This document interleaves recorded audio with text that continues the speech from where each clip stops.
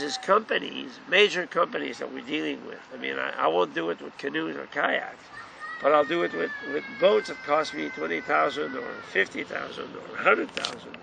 I say, listen, if you think that the boat's going to work, you put it in. First of all, you have a window where there's millions of people that comes here to a year. So you got a window to announce your product, to show your product, and that way, if it works, you'll be paid. If it doesn't work, you take it back and nobody loses. You lose a year and then we can sell it. We always manage, but lucky us again, in the last few years, every time we did it, it worked. The boat companies that we're dealing with for water skiing wise, we sell through here, they sell 15 to 20 boats because they have that window. The pontoon boat, they sell 5 or 6 through a year because they have that window. So once you start it and it rolls, it's easy for me to be demanding, to ask the company, you invest your product, I'll invest the time, and I'll invest my expertise, and that way we're both making money. So it avoids being nervous on a day like today where there's no customer. It avoids, well, shit, is the payment going to go through at the bank because I didn't make money on that product that day?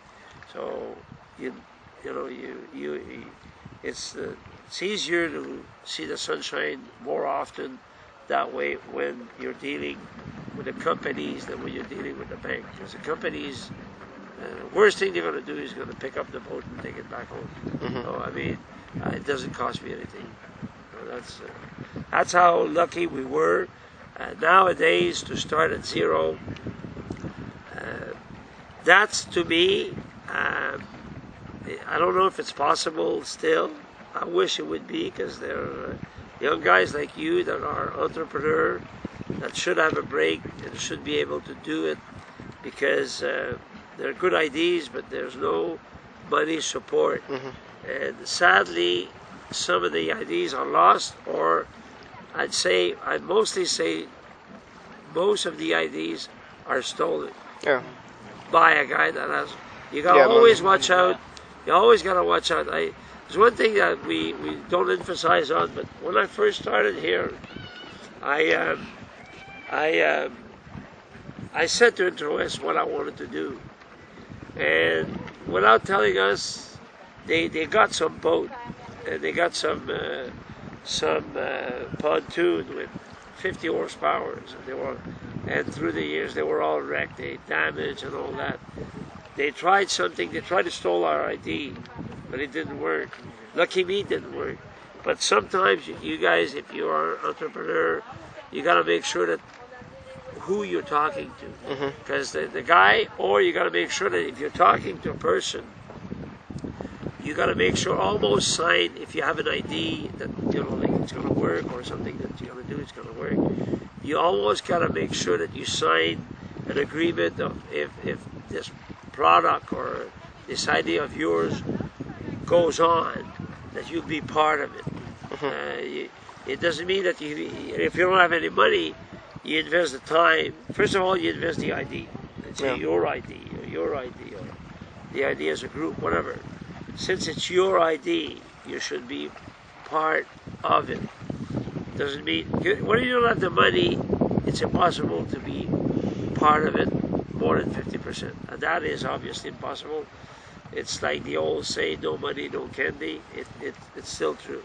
So when you don't have that money, but you should at least be part of it, where if the ID goes on and work, you should be able, if you start at 20%, you should be able to buy some of the percentage up to a certain amount. And that's like, again, sadly, it goes through attorneys and stuff like that. Again, I'm very lucky. I've got a friend of mine, which is an attorney and is dealing all of our, because he's a friend of mine first, and because he loves water ski, and like he said, I was one of his favorite water skier when he was young. mind you, he's got the same age as me. So, but he does all of our deals with here. So that's, you gotta make sure that you don't get screwed, and I'm gonna say it on the video, you don't get fucked. That's like, because I see it, and I've seen it, and I will see it sadly, where guys like you have an ID, and the guy that has a cash. Well, yeah. You know, and then I look at the. I'm thinking about the food on the street there in Montreal. Somebody had the ID, and they said no for some kind of a stupid reason. Now look at these guys. They're running out of food at the midday and Saturday. Somebody's making cash somewhere, because they're loaded. They don't exactly sell the hot dog 25 cents, and they're making tons of money. So you got to make sure that you do that. But gosh. Yeah. So when did exactly the company start becoming profitable? And customers coming in and actually kicked off the company. Yeah. I'd say the first year. The first year that we 32 gigabytes, so I think it's making money. It's a big word, because I was for a long time. I never paid me a salary. I only worked on expenses. As long as I paid my expense, water ski wise, and it's hard to say. If you pay your debts, you're making money. As far as I'm concerned, it's hard to say that I didn't make money the first year, because I didn't declare any profit, but I paid my debt. So to me, if I paid $100,000 in 2 years, starting at zero, I must have made a bit of money somewhere. So profitable, where I'm in a business where I won't die rich. I mean, it's my intention is not to make millions a year. First of all, in life, you got to understand, and I've turned a few pages in my life. If I'm 64, maximum I've got is 60 more years to live. Yeah. So whether you have that much money in a box or that much money, you can spend only that much a day. You can't eat 10 steaks a day. Yeah, for sure. So you gotta keep yourself satisfied with what you have, and you gotta target. This company of mine will make me make a good living, a fun living, mostly a fun living because of the traveling, of the water ski tournaments that I do. I will be able to do a lot of that stuff. So if I wouldn't water ski and I wouldn't do this and wouldn't do that, I'd probably make more money, but I would have less fun, or I would enjoy less. And I don't know if I'd make more money, because the traveling brings you people, brings a bunch of knowledge. I can show you, if you get the Information du Nord, get a big article in the Information du Nord, so get publicity from it. So profitable to a certain point.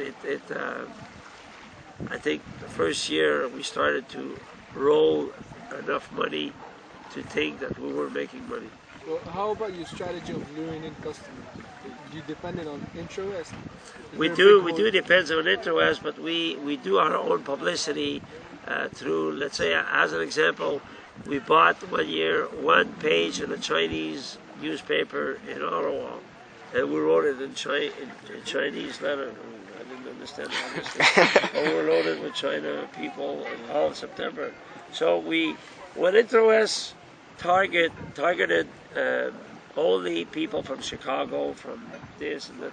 I targeted Ottawa, Montreal, Laval, Rosemont, Saint-Henri. I don't care. $1 is $1. It doesn't have to come from Chicago to be $1. Okay. It can come from anywhere. So I targeted more the local people. And what we do nowadays in our publicity, anybody that comes here that rents, we gave him a 10% on. We gave them a 10% on the next visit. So So the 10% can be used by you or can be given to a friend.